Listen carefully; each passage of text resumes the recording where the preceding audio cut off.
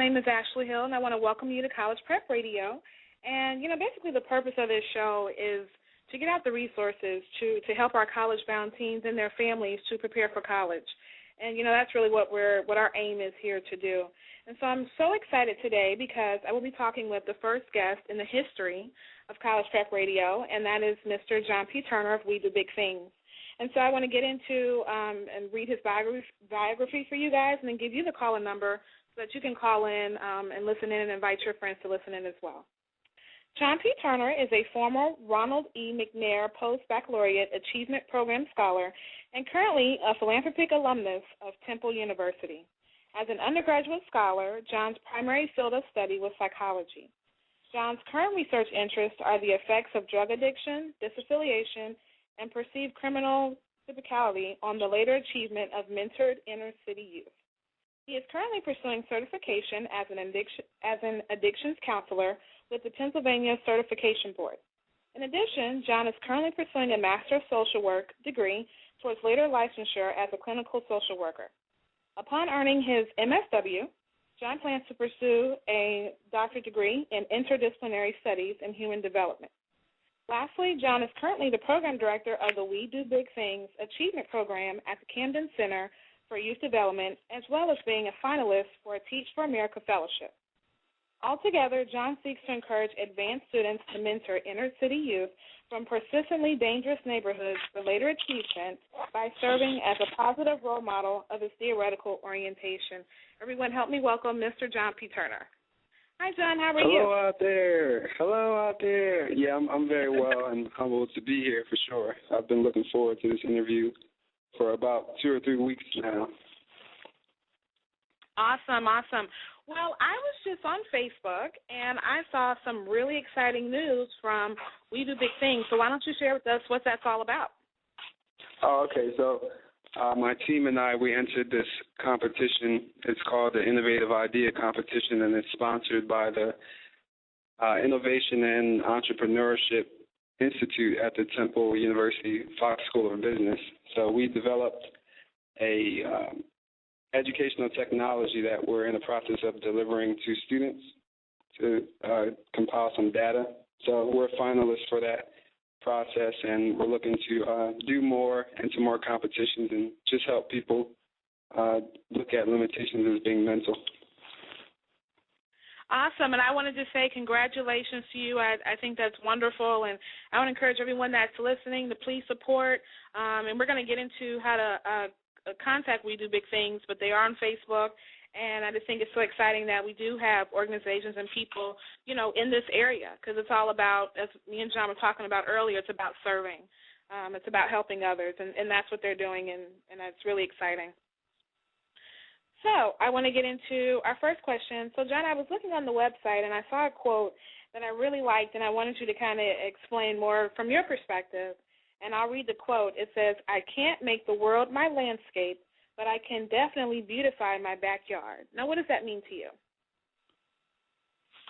Well, I'm glad that you asked that question. You're the first person who ever wanted to know what I meant with that idea. So I feel that the people with the most power or influence are able to empower others and, implement change in other people's lives. So I feel that people's accomplishments, they don't exist outside of helping other people. So if a person has a very impressive record, they should also have impressive achievements in helping other people transcend their circumstances.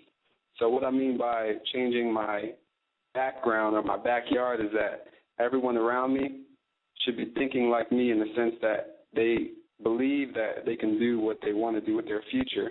And I know that I can't help everybody, but I can help and touch people's lives who are closest to me. That's right, and I totally agree with that or how you explained it. And it's so important, oftentimes, some of us, we I want to travel, to other countries, and I want to give millions of dollars away. But, you can start off with a small step, as in this case, in your own backyard, on your street. We can help someone. So I think that's a really great reminder, John, and that's a great quote. So thanks for putting it on the website. Well, thanks for checking it out and being interested in what it means to me. Thank you. And also, I just want to stop here and mention, feel free to call in, guys. The phone number is 347-857-4638. If you have any questions for John, feel free to call in. Again, that number is 347-857-4638. Okay, so now in your opinion, John, what do you think are the top 3 issues that are affecting our students who do want to go to college, and then how do we solve these main 3 issues? My answer to that would be 1, a lack of knowledge about available resources, 2, realistic thinking, and 3, lack of resilience. So the first point, not knowing about what's available to them, I often hear people say that, there's a lack of money for school, but what it really is not knowing about who wants to give you money. People actually offer to fund someone's education because when you provide an investment in someone's life, every accomplishment that they have is kind of like a return on what you put in. So anything that is available to them, they're able to take advantage of it just because someone else provided them the opportunity. With the realistic thinking, I often watch Will Smith, and he always talks about how he doesn't think realistically in the sense that if you look around yourself, especially in inner city neighborhoods, the realistic outcome would be that you're going to succumb to your circumstances, But as I think about it, if I have a thought, the only reason why I don't actualize that thought, make it reality, is because I don't do it. So whenever I think something, I'll just start thinking unrealistically in the sense that whatever it takes to make that idea become reality, I'm going to make it happen. So I look outside of my physical environment and just think about what steps I need to take in order to have that expected outcome. And then my last point with the resilience, I would say that in inner city neighborhoods, people often experience some tribulation. We all do, but especially in these high crime areas. So the resilience is kind of like mental toughness. So not to discount people's experiences, but eventually people are going to stop caring about someone's excuses for not making something happen, and they're going to look for, hey, how did you use that background, or how did you use those negative experiences as motivation for you to transcend your situation? That's right. My answer to your question. Okay. And, that's right. I agree. I definitely, especially the first one, the lack of knowledge. So many students don't even fill out the FAFSA. That could open up a door for additional funding. And like you mentioned, just knowing all the aspects of going to college, and then, realistic thinking. And then the last one is the lack of resilience. I definitely agree with your last statement is, at some point we've got to actually start doing something. We've got to start taking action. Yeah, and I mentioned the last two because attending college is a lot different from graduating from college. Certain skills need to be maintained in order to go through the process because it's not an easy job. It's not a walk in the park. That's why there are a lot of people who say they went to college and not say, hey, I graduated from college. A lot of you can go, but you can still come home after that first semester. So my focus and our focus through We Do Big Things is definitely on university and college retention and also graduation rates. So doing more than just getting people into college, we're trying to get people in and out, and also to focus on doing the same for others. Right. And now can you share with us some of the things or give us some examples of some things in the past that you have done to make sure the graduation rates stay high and help those who are going to college and graduate?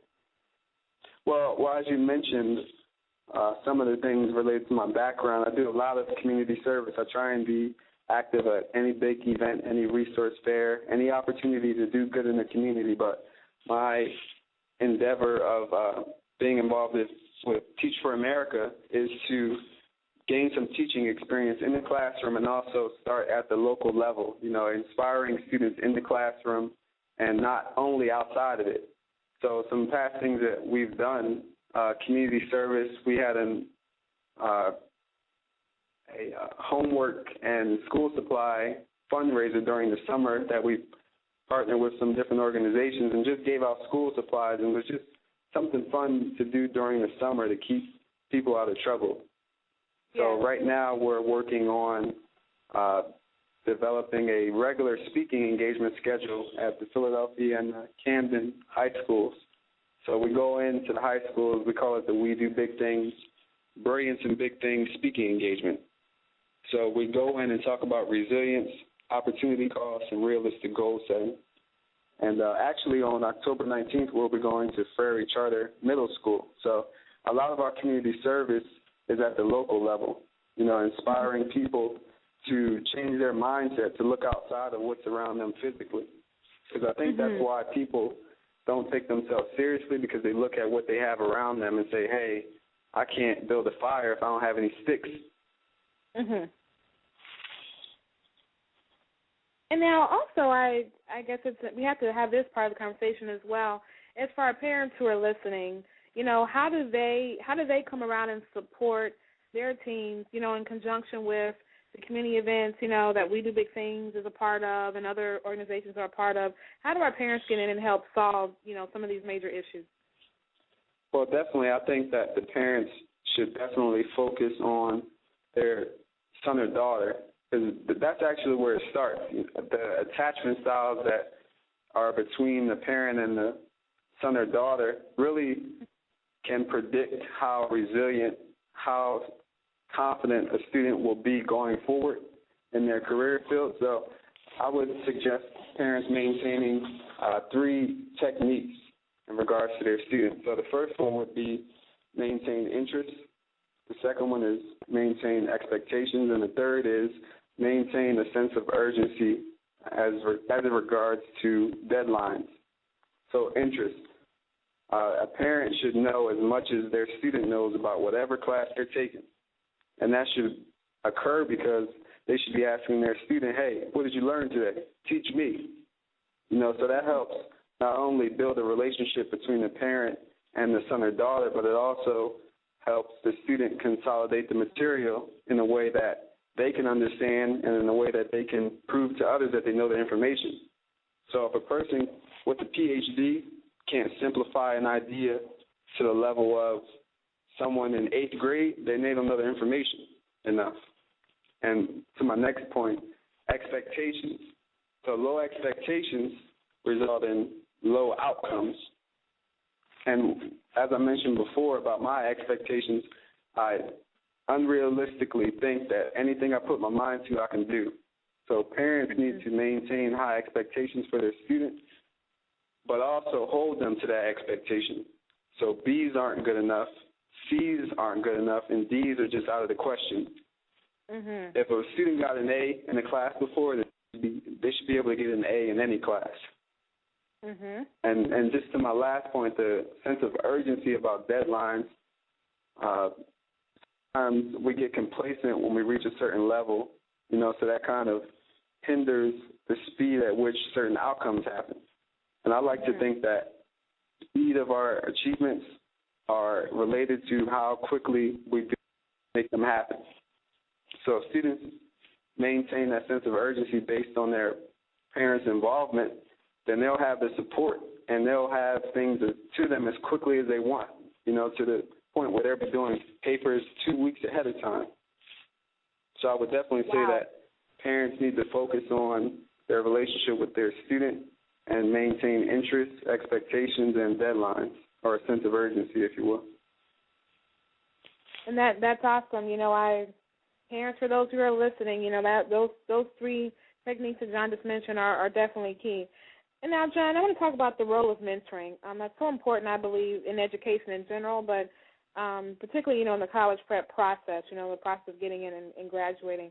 What is that role of mentoring in the process of going to college and graduating? And then why is it so important for students to have a mentor?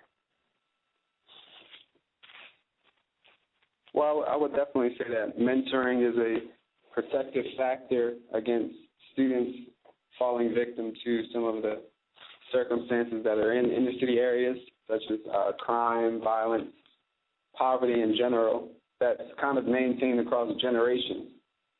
So what a mentor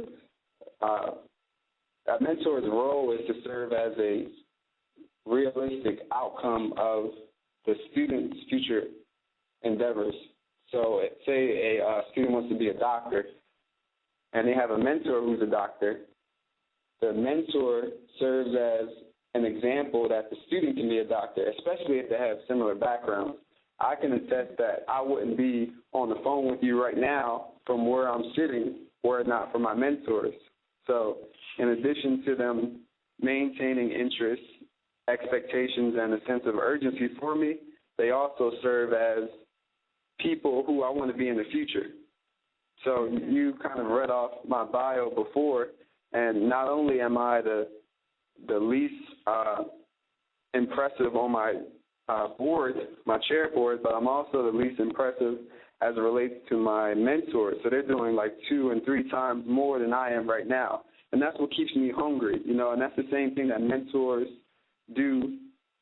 That's the same reason that that's the same thing that mentors can do for students in high school. They keep the students hungry and humble to the point of, hey, you graduated from high school? All right, what you doing now? Oh, you graduated from college? All right, what you doing now? That is what is fostered in that relationship. So it's so important for students to have a mentor, because if they want to reach that next level, they're more likely to take themselves seriously if they have someone who's close to them that they can say, hey, oh, you're a doctor? Oh, you're from my area? Hey, how'd you do that?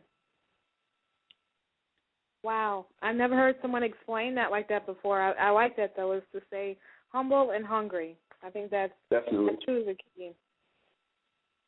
Now, you mentioned earlier, John, about how, you're really big on the volunteering and participating in those type of events. How does We Do Big Things, how do they connect with other community partners and organizations in helping our youth not only get into college but excel and graduate? Well, first of all, I want to mention that we're definitely looking to develop more strategic partnerships. But my role at We Do Big Things is as the Director of Resource Management and Inter-Organizational Collaboration. So I'm in the field because I'm in school. So I have an internship component to my program. So I'm able to go out and go to different trainings and workshops just because my program is very nonprofit management heavy. So I'm able to use my education as a vehicle for progressing my nonprofit organization, in the sense that I don't have to go outside of what I'm already doing in order to progress the mission more. So as a part of my internship, we go to trainings on strategic partnerships. We go to trainings on securing donations from corporations, just like things like that, So everything is very complementary. And through We Do Big Things, we're able to consult with students, provide speaking engagements, as I mentioned, as well as provide scholarships and bachelor level and higher job information. So a key component to our organization is information sharing, consulting work, the speaking engagements, as well as just serving as role models for each other and for students in general. And just to name We Do Big Things, it's not to say that, hey, we do big things and you don't. We represent a geographic area as well as a population. So we're not just focused on a certain ethnic group. We're focused on people who live in certain areas to say that, hey, we do big things because we came from this area and we have accomplishments. And, hey, now you can do big things too because we had similar backgrounds and we can show you the way to achieve your accomplishments and do it for other people. That's right. And I think that, again, that truly is, the purpose is that we all can step in and play a part. And now with the community partners and other community organizations, what advice do you have for those who may be interested in, perhaps either creating a program or hosting events to help our students get into college and graduate? Well, I would first say meet them where they are. Find out what they know about the process already, because students know a lot more than we think, but when we babyfy them and, don't take them seriously for what they know about their own life, it takes away their sense of empowerment, and then they kind of have a sense of internalized oppression in that they say, hey, I can't do it myself, and you're not going to do it for me. So it's kind of like someone exposing a social ill but not doing anything about it. When you take that approach to students, not taking them seriously for what they know about their own accomplishments, they don't feel that they should be doing it in the first place. Because it's like, hey, if you're not going to help me do it and you're not going to tell me what's wrong with what I know, then why should I even try? I'm going to fail. And that's reflected in the idea that students say, I'm afraid to fail. Wow. Because really we should be failing forward. We should be attacking our fears and using it as a learning experience, honestly. So whenever I think about an idea, I don't think about the possible negative outcomes. I just think, hey, if it doesn't turn out how I want, I'm going to do it and make up for whatever I miss. So the learning curve can be a lot shorter if people would take students seriously. And if they don't know, teach them. You know, that's what it's about, because the person who does know something only knows because somebody did it for them. And that's a key element to the mission of We Do Big Things. We all value our mentors, and we all value the role that mentoring can play in the lives of other people who aren't where they want to be. And that's awesome. And now you mentioned about the speaking engagements and the different areas, your information sharing, that We Do Big Things that they do. Now, how exactly are you partnering with the schools? You mentioned about the speaking engagements. What else are you guys doing? Well, we are in the midst of partnering or discussing partnerships with different school districts. We haven't partnered with any yet. So right now we're just reaching out to high schools and community-based organizations that will allow us to speak to their students. So with the community-based organizations, we talk to students who aren't in the place where they want to be, and primarily we focus on community programs who are trying to get young people either GEDs or job readiness skills or something, because the resilience, the sense of opportunity costs, and the realistic goal setting is applicable to a wide array of situations. So we try and cater our talk to audiences that can benefit from it, but we also focus on traditional students in the sense that we go to the high schools with the highest truancy rates or the lowest graduation rates, and we just talk to them to really instill in them a sense of seriousness that if they don't do something about their life, whatever people expect for them, they're going to get. And then I say that in the sense that there are certain assumptions about different areas or people coming from those areas. So if a person's actions are consistent with these assumptions, then they're only going to get what's expected of them. And usually what I tell my young men is that it's hospitalization, incarceration, or death. And whenever I'm speaking one-on-one, I tell them I wouldn't be here today were not for people believing in my talent and recognizing my hard work. Because there are, although limitations are mental, it does take a particular path for a person to navigate these experiences that are gained in inner city areas. Yes, that's so true. And now I also want you to get into, you mentioned that you guys also provide scholarships. You mentioned about the career piece. Just kind of give us kind of an overview and some details about all the areas that you cover in We Do Big Things. Okay, so right now we are focused on Camden, New Jersey, and Philadelphia, Pennsylvania. We plan to expand more, but this is where our core focus is right now. So in regards to the job opportunities, we only share bachelor level and higher because we don't want people being complacent with the high school diploma.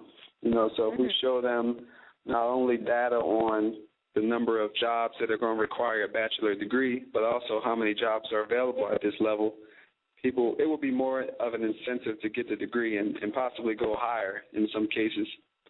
And in addition, the scholarships, we provide scholarship information on what's out there because, as I said before, it's not that there's a lack of money. It's just there's a lack of knowing about the money.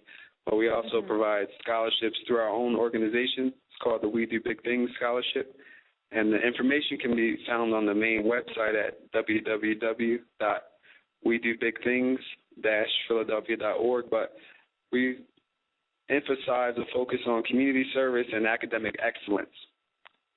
So although our expectations are high, that's where the expectations need to be. Yes. Yes, they do. And I think it's just so amazing. And you shared the website. Now, what other ways can our students, community organizations, parents, how can anyone get in contact with you that needs your services? Yeah, definitely. So, first of all, let me say that I don't claim to be an expert on anything. I feel that the experts are the people who actively maintain their competency and relevance. So I go to trainings, I go to different workshops in order to stay relevant, but I'm also trying to gain this teaching experience so I can know what it's like in the classroom. But We Do Big Things is on almost every social networking website. We're on Twitter, Pinterest, Facebook, LinkedIn, but I'll give you our Pinterest page because our other social networking accounts may be found from our Pinterest page. So our Pinterest page can be found at www.pinterest, so it's interest with a P in front of it, .com/We Do Big Things. And on this page is where we share employment information, we share scholarships, we share educational resources for teachers, educators, parents, and students. We share STEM information, which is science, technology, engineering, and math. We share our upcoming events, and also you can find our org board there as well, so you can read up about them and what we're planning to do in the future. That's awesome. And one more. I'm sorry, go ahead. Our phone, no, not a problem. I apologize. Our phone number is 215-600-4950 for the people who aren't very tech savvy. We do have a number that you can call as well. Great. And I just wanted you to share your website one more time for us. Yeah, not a problem. www.wedobigthings-philadelphia.org. Or if that wasn't clear, you can, in a text message, you can send the letters JPT, WDPT, so John Paul Turner, JPT, We Do Big Things, WDBT, to phone number 20757, and it will reply with our email address and website as well as our phone number. So that's an easy way to get the information as well. Wow, that's great. And I just want to say, John, thank you so much for taking out your time to come on here and share not only what We Do Big Things is doing, but how we all can really partner together around our students and get them ready for college. So thank you so much for being on today. Well, thanks for having us. I appreciate it. Oh, you're welcome. And guys, I just want to end with this. This is being recorded, so you can listen to the recording of this again. Also, this will be on iTunes shortly, so feel free to listen to it there as well. And today, we covered so many topics, but I'm just so excited that we have organizations and such as We Do Big Things, and we have, again, all of us are, need to take part, and really John kind of brought it home today for us in different ways that we can take part. So I encourage you to share this link with your friends and listen to it again, parents and students. And we will see you next week. Thanks again, John. Thank you. Take care. Take care.